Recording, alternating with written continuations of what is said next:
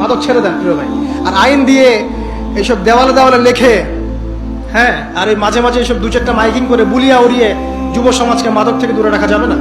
যতক্ষণ পর্যন্ত ওদের আত্মিক পরিশুদ্ধি না হচ্ছে, ওরা আল্লাহর কাছে আত্মসমর্পণ না করছে, কেন খাবো না, যখন উত্তর দিবে আমি আল্লাহর ভয় খাই না, ব্যাস, তার মানে ও মুমিন হয়ে গেছে। আর এখন কেন খাচ্ছে? বিকজ ও হতাশ, চাকরি পায় না, গার্লফ্রেন্ড ছেড়ে গেছে, এই হয়েছে সেই হয়েছে, পারিবারিক চাপ, এখন সে মাদক খাচ্ছে।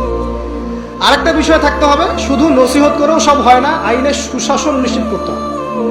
সত্যিকার অর্থে যদি সুশাসন নিশ্চিত হয়, তখন দেখবেন মাদক দ্রব্যের যে তৈরি করছে, যে বিক্রি করছে, যে খাচ্ছে, সবাইকে যদি শাসনের আওতায় আনা যায়, ওই যে শেষের দিকে আছে শাসনের লাঠি উঠিয়ে নিও না, তখন দেখবেন ইনশাআল্লাহ সমাজটা মাদক মুক্ত হবে, আদারওয়াইজ হবে না।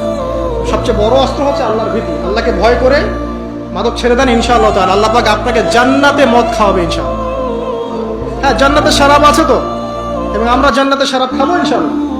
ওই শরাব খেলে কেউ মাতাল হবে না, বরং আপনার শক্তি আরো বাড়বে, আপনার সব ধরনের শক্তি বাড়বে। লাযযাতুল লিশশারিবিন, আল্লাহ পাক বলেছেন এটা যারা পান করবে এটা খুব চমৎকার সুস্বাদু হবে।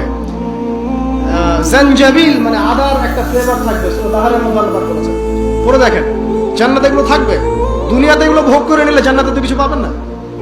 সো জান্নাতের জন্য এগুলো রেখে দেন।